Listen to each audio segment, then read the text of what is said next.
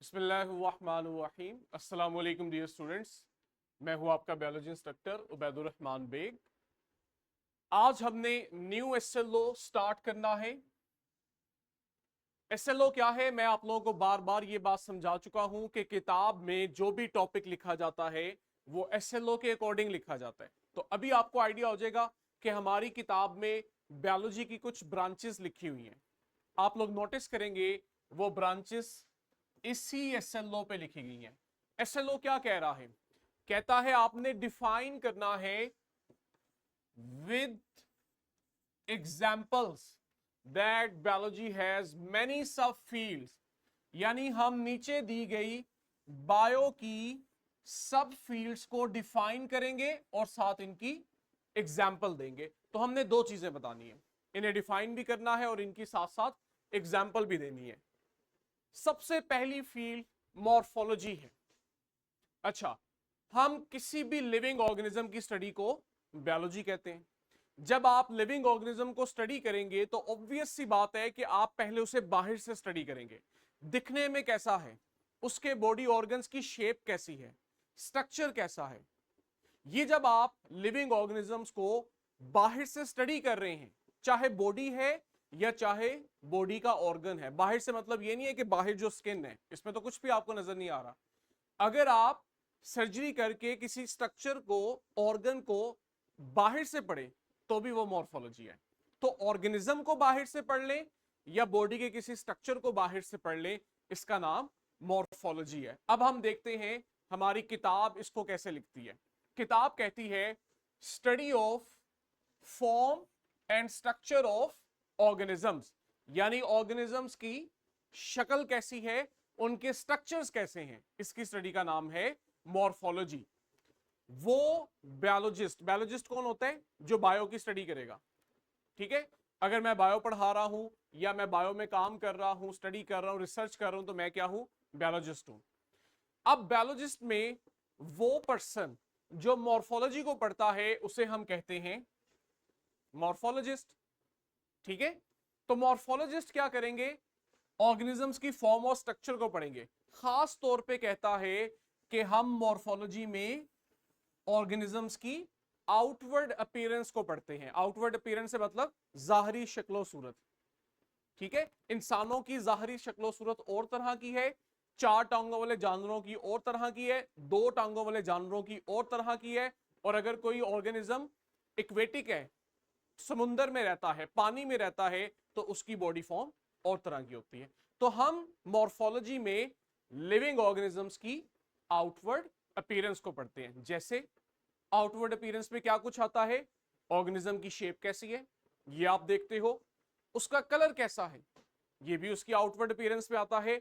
Body pattern कैसा है, दो टांगे हैं, दो बाजू हैं, चार टांगे हैं, या दो टांगे हैं, दो पर हैं, ये सब क्या है? उसकी बॉडी में पैटर्न्स हैं। ये सब आप आउटवर्ड अपीयरेंस पे पढ़ते हो। लेकिन साथ ही देखो, वही बात कर दी जो मैंने स्टार्ट में की, कि हम साथ ही साथ इंटरनल स्ट्रक्चर्स को भी पढ़ते हैं। जैसे हमारी बॉडी के ऑर्गन्स हो गए, ब्रेन, हार्ट, किडनी, लिवर, उन्हें भी जब आप बाहर से पढ़ रहे हो तो बच्चों इसका नाम मॉर्फोलॉजी है। अब मैं आपको एक सिमुलेशन दिखाता हूं। सिमुलेशन ऑन करें। हमारे पास एक पिजन है, ठीक है। अब आप अगर इसकी शेप देखो तो आप क्लियरली देख सकते हो कि ये बहुत सारे दूसरे एनिमल से मुख्तलिफ है, इवन हमसे भी मुख्तलिफ है। तो आप इसकी मॉर्फोलॉजी स्टडी कर रहे हो, नहीं चल रही। अब जरा मैं अगर स्पेसिफिकली ये देखना चाहूं कि इस पिजन के पर कैसे हैं, इसके फेदर्स कैसे हैं जो इसे उड़ने में मदद देते हैं, तो आप देख सकते हो कि ये वो फेदर्स हैं जो बॉडी में नीचे होते हैं, ऊपर ऊपर नहीं। जो हमें नजर आ रहे होते हैं ये उनसे नीचे पड़े होते हैं। इनकी जरा शेप देखो, पैटर्न देख रहे हो कैसे बिखरे हुए हैं। ये वो फेदर्स हैं जो सबसे नीचे होते हैं। ठीक, ये वो फेदर्स हैं जो उनकी स्किन पे होते हैं। अगर आप देखो कबूतर को फ्रंट से, पिजन को, तो उसकी फ्रंट स्किन बड़ी स्मूथ होती है। इस तरह के फेदर नहीं आपको नजर आते, नोटिस किए? बिखरे हुए। फ्रंट की तरफ से हम देखते हैं पर बिल्कुल स्मूथ होते हैं। और एक और तरह के फेदर्स आते हैं, ये है वो थर्ड टाइप जो इन्हें उड़ने में मदद देती है। इनके विंग्स के फेदर ये हैं। अब देखो तीन तरह के फैदर हमने देखे। एक वो है जो नीचे है, जो स्किन के साथ अटैच है, जो हमें जाहरी तौर पे नजर नहीं आता, आपको तब नजर आता है जब आप पिजन के इन पर्स को छेड़ते हो, इन्हें अगर आप हिलाते हो तो इसके नीचे आपको ये वाले फेदर्स नजर आते हैं। और ऊपर की तरफ जो आपको ये स्मूथ फेदर्स नजर आ रहे हैं वो ये हैं। और अगर हम विंग्स के फेदर्स को देखना चाहे कि क्या विंग्स के फेदर बाकी बॉडी के परों से मुख्तलिफ हैं, तो ऐसा ही है। ये वो फेदर्स हैं जो इन्हें हेल्प करते हैं फ्लाइट में। और अगर आप मजीद डिटेल में जाके देखोगे तो पूरा एक जाल बिछा होता है इनके फेदर में, ताकि ये हवा में खास तरीके से जब लहराएं तो ये परिंदे को उड़ान दे सके। अब मैं क्या कर रहा हूं मुझे बताओ। मैं इस पिजन की आउटवर्ड अपीयरेंस देख रहा हूं, ठीक है, और इसकी स्किन के ऊपर जो डिफरेंट टाइप्स के फेदर्स हैं उनकी स्टडी कर रहा हूं। मैं उसका बीक साइज देख रहा हूं, उसके फुट साइज को देख रहा हूं, उसमें मैं देख रहा हूं इसकी फिंगर कितनी है, 4 है 5 है। ये सब मैं क्या कर रहा हूं अब्दुल्ला, व्हाट इज दिस? सोया हुआ है। क्या कर रहा हूं मैं? मॉर्फोलॉजी को पढ़ रहा हूं कि मैं एक लिविंग ऑर्गेनिजम्स की आउटवर्ड अपीयरेंस को स्टडी कर रहा हूं। इससे आप कहते हो मॉर्फोलॉजी। अब देखो एग्जाम्पल नहीं दी हुई हमारी किताब में, लेकिन हमने सिमुलेशन से इस कंसेप्ट को अच्छे से समझ लिया है। जैसे मैंने डायग्राम के अंदर क्या दिखा दिया है, एक बर्ड है जिसके कलरफुल फेदर्स हैं, एक बारीक सी आपको उसकी बीक नजर आ रही है। ये सब चीजें मॉर्फोलॉजी में आती है। अच्छा, अब आपने फर्ज करो उसके किसी स्ट्रक्चर को देखा, आपके अंदर तजस्सुस पैदा हुआ कि मैं उस स्ट्रक्चर को अंदर से भी डिटेल से देखूं। मेरी बात समझ रहे हो? आपने लेट से लिवर निकाला और आपने उसे लिवर को बाहर से देखा और दिखने में वो आपको इस तरह का नजर आता है। आपकी तसल्ली नहीं होती, आप क्यूरियस माइंड रखते हो, आपके अंदर तजस्सुस है चीजों को जानने का। बच्चों में होता है ना, अक्सर हम देखते हैं छोटी छोटी एज में बच्चे कुछ ऐसे होते हैं, चीजों की तोड़फोड़ करके अंदर से देखते हैं क्या होता है। कोई खिलौना टूट जाता है तो उसको फेंकते नहीं है, बल्कि उसका ऑपरेशन करते हैं, पेज वगैरह लेके उसको पेज खोलते हैं, नट्स खोलते हैं, अंदर से देखते हैं। आपके अंदर भी ये साइंटिफिक क्यूरियोसिटी है। आप कहते हो नहीं, सिर्फ बाहर से नहीं, मैंने अंदर से भी चीजों को देखना है। जब हम लिविंग ऑर्गेनिजम्स को काट के सर्जरी करके उनके स्ट्रक्चर्स को अंदर डिटेल से पढ़ते हैं ना, इसे आप कहते हो एनाटॉमी। तो क्या फर्क है? जब हमने जाहरी आउटवर्ड स्ट्रक्चर्स को पढ़ा तो हमने उसे कहा मॉर्फोलॉजी, लेकिन जब हमने स्ट्रक्चर्स को अंदर डिटेल से पढ़ा तो हमने उसे कहा एनाटॉमी। राइट? डेफिनेशन देखो, what is anatomy? Study of internal structure of organism. आप लिविंग ऑर्गेनिजम्स के जब इंटरनल स्ट्रक्चर्स को पढ़े हैं तो आप इसे एनाटॉमी कहते हैं। और अगर आप बायोलॉजिस्ट हैं जो एनाटॉमी को पढ़ते हैं तो आप एनाटोमिस्ट कहलाते हैं। ठीक है, ये एक्स्ट्रा टर्मिनोलॉजीज हैं, चाहे तो याद रखो चाहे तो ना याद करो, ये आपकी किताब में नहीं है। अच्छा, हम यहां पे क्या कर रहे हैं, हम बॉडी के इंटरनल स्ट्रक्चर्स को डिटेल से पढ़ते हैं। उसमें कोई भी ऑर्गेनिज्म हो सकता है, लेकिन हमारी बुक हमें बता रही है कि जब हम एनाटॉमी की बात करते हैं तो हमारा ज्यादा जोर ह्यूमंस के इंटरनल स्ट्रक्चर्स को पढ़ने में होता है। शर्त नहीं है, आप किसी भी लिविंग ऑर्गेनिजम्स के इंटरनल स्ट्रक्चर्स को पढ़ सकते हो, लेकिन खास तौर पे हमारा जोर एनाटॉमी में ह्यूमंस को अंडरस्टैंड करना होता है, क्योंकि ह्यूमंस एक तो ज्यादा इंपॉर्टेंट है और दूसरा उनमें कंप्लेक्सिटी ज्यादा है। तो हमारा इंटरेस्ट फिर ह्यूमंस के इंटरनल स्ट्रक्चर्स को पढ़ने में होता है। लेकिन अगर एक जानवरों का डॉक्टर है वो तो ह्यूमंस को नहीं पढ़ेगा, तो वो जब एनाटॉमी पढ़ रहा होगा तो वो फिर एनिमल्स के इंटरनल स्ट्रक्चर्स को पढ़ रहा होगा। ठीक हो गया? एग्जाम्पल देखो, कहते हैं फॉर एग्जाम्पल हमारा डाइजेस्टिव सिस्टम है। अगर आप डाइजेस्टिव सिस्टम के ऑर्गन्स को वन बाय वन डिटेल से पढ़ो कि ये अंदर से कैसे बने हुए हैं, तो ये आप एनाटॉमी को पढ़ रहे हो। डाइजेस्टिव सिस्टम में डिफरेंट ऑर्गन्स होते हैं, पता है इस बात का? कोई एक स्ट्रक्चर नहीं होता, डिफरेंट स्ट्रक्चर्स होते हैं। कौन कौन से? एनी गेस, कौन कौन से स्ट्रक्चर हमारे डाइजेस्टिव सिस्टम का हिस्सा है? डाइजेस्टिव सिस्टम को आई थिंक सो उर्दू में निजाम इंतजाम कहते हैं, कुछ इस तरह। कौन कौन से स्ट्रक्चर होते हैं जो खाना हजम करने में मदद देते हैं? स्टमक होता है, लिवर होता है। देखो कॉमन सेंस अप्लाई कर रहे हैं, यहां से देख देख के बता रहे हैं, जुबानी नहीं बता रहा, लेकिन अच्छी बात है, एटलीस्ट उसको पता है बोर्ड पे कुछ रेलेवेंट ही है। सर पूछ रहे हैं तो कुछ बोर्ड पे नजर आ रहा होगा। स्टमक है, लिवर है, और इंटेस्टाइन है, पेंक्रियाज है, एक्सेट्रा। अब आप इन स्ट्रक्चर्स को डिटेल से देखना चाहते हो क्योंकि आपको पता है कि हर स्ट्रक्चर का काम डिफरेंट है। लेकिन मजे की बात है, आप में से किसी ने डाइजेस्टिव सिस्टम के स्ट्रक्चर्स में माउथ का जिक्र ही नहीं किया। खाना खाते कहां से हो, पहला हिस्सा वो होता है। डायरेक्ट स्टमक में तो हाथ नहीं डालते कि खाना इसमें डाल दें, ठीक है। तो माउथ से आपका डाइजेस्टिव सिस्टम स्टार्ट हो रहा है। आप इंटरेस्टेड हो कि माउथ में क्या होता है खाने के साथ, स्टमक के अंदर जाके क्या हो रहा है, फिर उसके बाद इंटेस्टाइन में खाना आ रहा है, यहां पे क्या हो रहा है, और इन स्ट्रक्चर्स के कौन कौन से पार्ट्स क्या काम करते हैं, आपको इन स्ट्रक्चर्स को डिटेल से देखना पड़ेगा। जैसे एग्जांपल के तौर पे मैंने यहां एक सिमुलेशन ली है स्टमक की, ओपन करें। स्टमक को आपको अंदर से डाइजेस्ट करके दिखाता हूं, काट के दिखाता हूं कि ये स्टमक अंदर से कैसा होता है। फिर आपने मुझे बताना है कि जब मैं सिमुलेशन दिखा रहा हूं तो क्या मैं स्टमक की मॉर्फोलॉजी पढ़ रहा हूं या मैं स्टमक की एनाटॉमी पढ़ रहा हूं, ये अब आप खुद नोटिस करोगे। ये रहा हमारा ह्यूमन स्टमक। अच्छा, एक और मजे की बात, जरा बॉडी को देखते हुए बताओ ये स्टमक किस साइड पे है, हमारी लेफ्ट या राइट साइड पे। एक तो वैसे बच्चों को मुश्किल आती है ना कि ऐसे कैसे देखें या ऐसे खड़े होकर देखें, लेफ्ट साइड पे है, पक्की बात है। फिर देख लो अपने ज़हन में, इस खुद को ऐसे खड़ा करके देखो और डायग्राम के मुताबिक बताओ, लेफ्ट साइड पे है। अच्छा, ये बॉडी की अपर, चलो खैर इतनी डिटेल में नहीं जाते, ये हमारी लेफ्ट साइड पे होता है। ये देखो इस जगह पे पसलियों के नीचे, जहां आपकी ये पसली खत्म हो रही है, यहां नीचे पड़ा हुआ है स्टमक, ठीक है। आपको कैसे फील होता है? अब्दुल्ला ने कभी खाना बहुत ज्यादा शादी पे खा लिया हो तो उसको यहाँ पेन होती है। इन गरीबों का नहीं नाम लूंगा, इनकी सेहतें बताती हैं ज्यादा नहीं खाते, ठीक है। तो जब हम शादी ब्याह पे जरा लंगर लंगर तोड़ते हैं तो हमें यहाँ स्ट्रेस फील होती है, ठीक है। तो वो आपका स्टमक होता है, राइट। अब ये हमारी बॉडी में बहुत सारे सिस्टम्स पड़े हुए हैं, इन्हीं में एक है डाइजेस्टिव सिस्टम। अब देखना मैं कैसे बाकी सिस्टम्स को डिसअपीयर करूंगा और सिर्फ आपका फोकस करवाऊंगा डाइजेस्टिव सिस्टम पे। ये देखो, ये रहा हमारा डाइजेस्टिव सिस्टम, और खुद देखो माउथ से नहीं स्टार्ट हो रहा, ये आपका माउथ है, वैसे दिखाया हुआ है ना आपकी अंडरस्टैंडिंग के लिए। ये आपका माउथ है जहां से डाइजेस्टिव सिस्टम स्टार्ट हो रहा है, और नीचे ये आपकी एसोफेगस है, इसे आप कहते हो खुराक की नाली, फूड पाइप। और ये नीचे जाके ओपन होता है स्टमक के अंदर। यहां से देखो, फ्रंट से आपको नजर नहीं आता क्योंकि फ्रंट में स्टमक के आगे लिवर आया हुआ है, देख रहे हो। लेकिन अगर हम साइड से देखें और थोड़ा सा ऊपर करके देखें तो ये देखो, ये एसोफेगस खत्म हो रही है स्टमक के अंदर, राइट।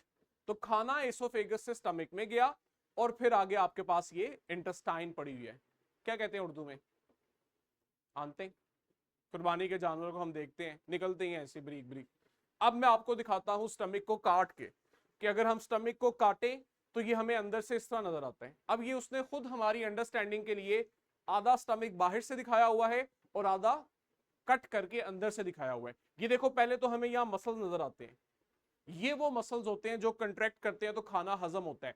या अगर आप 24 घंटे खाना नहीं खाते हो तो आपको जो भूख का एहसास होता है वो इनकी वजह से होता है। ये कंट्रैक्ट करते हैं तो हम कहते हैं भी कुछ हो रहा है, यहाँ पे चूहे भाग रहे हैं। वो चूहे नहीं भाग रहे होते, वो मसल्स कंट्रैक्ट कर रहे होते हैं, ठीक है। अब आप इसके अंदर आ जाओ, ये देखो नजर आ रहा है कैविटी के अंदर खाली जगह है। आप लोग पता है क्या करो, थोड़ा सा इस तरफ हुआ करो ताकि आपको स्क्रीन अच्छे से नजर आया करे। अब आप देखना चाहते हो कि इसके जो इंटरनल स्ट्रक्चर्स हैं उनकी कंपोजिशन क्या है और ये किस तरह से फूड को डाइजेस्ट करते हैं। अब देखो मैं सबसे अंदर वाली मेम्ब्रेन को फोकस कर रहा हूं, ये रही। यहां से दोबारा देखो, ये जो आपको येलो कलर में अंदर की तरफ नजर आ रही है, इसको हम देखने लगे, ठीक है। तो यहां जब आप देखते हो तो आपको नजर आता है यहां पे डिफरेंट तरह के सेल्स हैं। इन सेल्स से कुछ सिक्रीशंस होती हैं, अभी हम नाम नहीं पढ़ेंगे, बस ये देख लो रेड ग्रीन।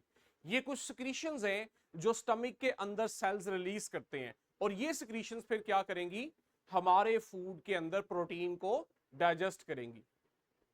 देखा, वो प्रोटीन की ब्रेकडाउन हुई, ये यहां पे आके ये येलो कलर वाली हमारी प्रोटीन है, इसकी अब ब्रेकडाउन होगी।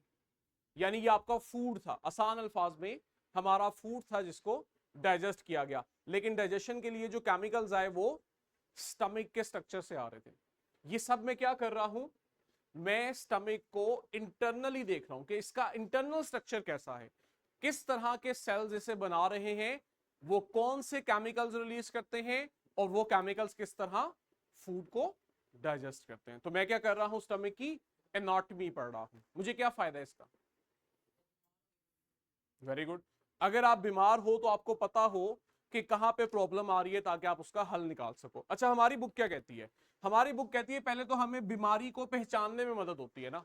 अगर हमें स्टमक का सही स्ट्रक्चर मालूम है तो ही आप फाइंड आउट कर सकते हो। अगर वहां कोई प्रॉब्लम आ जाए तो आप कंपैरिजन कर लेते हो कि अच्छा सही था तो ये ऐसा था, मसला आया है तो इसमें ये चेंज आ गया है, आपको वो बीमारी आइडेंटिफाई हो जाती है।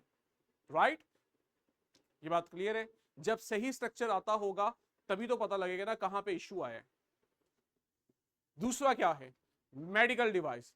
जब हमें बॉडी स्ट्रक्चर्स की समझ आ जाती है फिर हम उन्हें स्टडी करने के लिए, उनका इलाज करने के लिए मेडिकल डिवाइस भी बनाते हैं। वो आप मेडिकल डिवाइस तभी बना पाते हो जब आपको बॉडी स्ट्रक्चर्स की अंदर से समझ हो कि ये अंदर से कैसा बना हुआ है। और लास्ट पे कहता है क्वालिटी ऑफ लाइफ इंप्रूव करना। ऑब्वियस सी बात है कि अगर आपने अपनी हेल्थ बेहतर कर ली है, आपको बीमारियों का इलाज पता लग गया है, आप बेहतर मेडिकल इंस्ट्रूमेंट्स बना पा रहे हैं, तो अल्टीमेटली आप क्या कर रहे हैं? अपनी लाइफ की क्वालिटी को बेहतर कर रहे हैं। ओके है? ऑनलाइन स्टूडेंट्स कोई क्वेश्चन यहां तक? अब देखो हमारी किताब में कोई डायग्राम नहीं, कुछ रेलेवेंसी नहीं, सिंपली थ्योरी लिखी हुई है। इसे मैं कहता हूं कि किताब डेड बुक है। स्पेशली गवर्नमेंट की जो किताबें हैं ये डेड होती हैं। ये आपके अंदर क्यूरियोसिटी डेवलप नहीं करती, सोचने की सलाहियत पैदा नहीं करती, या उसको प्रमोट नहीं करती हैं, जिस वजह से आपको ना चाहते हुए रट्टा लगाना पड़ता है और स्टडी बोरिंग लगती है। और यहां चेस में हम यही कोशिश करते हैं कि पढ़ाई बोरिंग ना रहे, आपको सिमुलेशन से दिखा के रियल लाइफ सिनेरियो के साथ टच किया जाए। नेक्स्ट देखो, अब देखो कैसे वो लिंक कर रहे हैं। हमने पहले लिविंग ऑर्गेनिजम्स को बाहर से पढ़ा, हमने कहा ये मॉर्फोलॉजी है। फिर हमने उनका इंटरनल स्ट्रक्चर पढ़ा, हमने कहा ये एनाटॉमी है। अब आपने दोनों मॉर्फोलॉजी और एनाटॉमी की मदद से लिविंग ऑर्गेनिजम्स के स्ट्रक्चर्स को अंदर और बाहर से समझ लिया। जब आपको स्ट्रक्चर समझ आ गया है तो अगला काम ऑब्वियसली होगा कि आपको उनका फंक्शन भी समझ आए। तो जब आप बॉडी पार्ट्स का फंक्शन पढ़ते हैं तो उसे हम कहते हैं फिजियोलॉजी। What is physiology?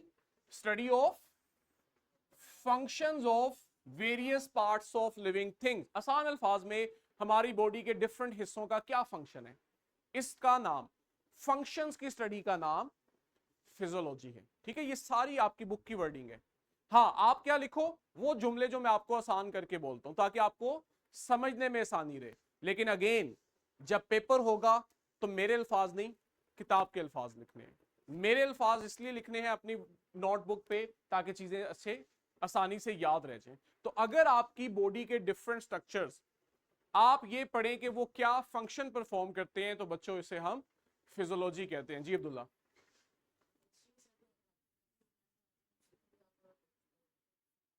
हम रिस्क नहीं लेते, बायो कंप्लीटली थ्योरेटिकल सब्जेक्ट है। ठीक है? केमिस्ट्री के अंदर इक्वेशंस आ जाती हैं, ठीक है, स्टोरी आ जाती है, कोई प्रोसेस आ जाता है। आप कोई लेट्स से अगर आप आगे कैथोड रेस को पढ़ोगे तो माइट भी आप डिस्कवरी ऑफ कैथोड रे पढ़ो, तो वो एक नॉर्मल प्रोसेस है, जैसे मर्जी लिख दो अपने अल्फाज में। ये डेफिनेशन है। देख रहे हो हमारा ऐसा लोग क्या था, डिफाइन विद एग्जांपल। अब डेफिनेशन को बजाय अपने लफ्जों में लिखने के जो किताब वाले ने लिखा है उस लफ्जों में लिखो, क्योंकि किताब वाला बहुत सोच समझ के लफ्जों का इंतखाब करते हैं। आप अपने लफ्जों में कब लिखते हो? जब आपने डिटेल लिखनी होती है, एक्सप्लेनेशन लिखनी होती है। राइट?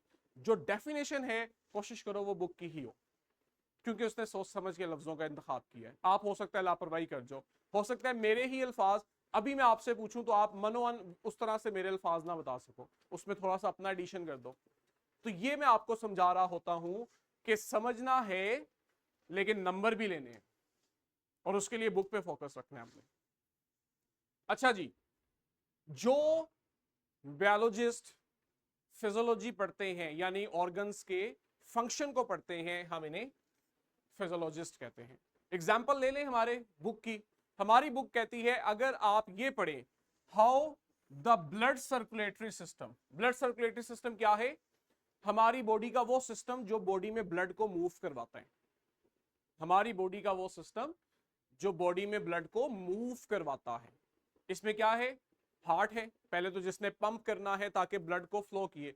दूसरा ब्लड है जिसको आपने मूव करवाना है। और तीसरा आपकी बॉडी में ब्लड वेसल्स हैं, नॉट वेन्स, ब्लड वेसल्स। ठीक है, तो ये वो तीन कंपोनेंट्स है जिन्हें आप कहते हो ब्लड सर्कुलेटरी सिस्टम।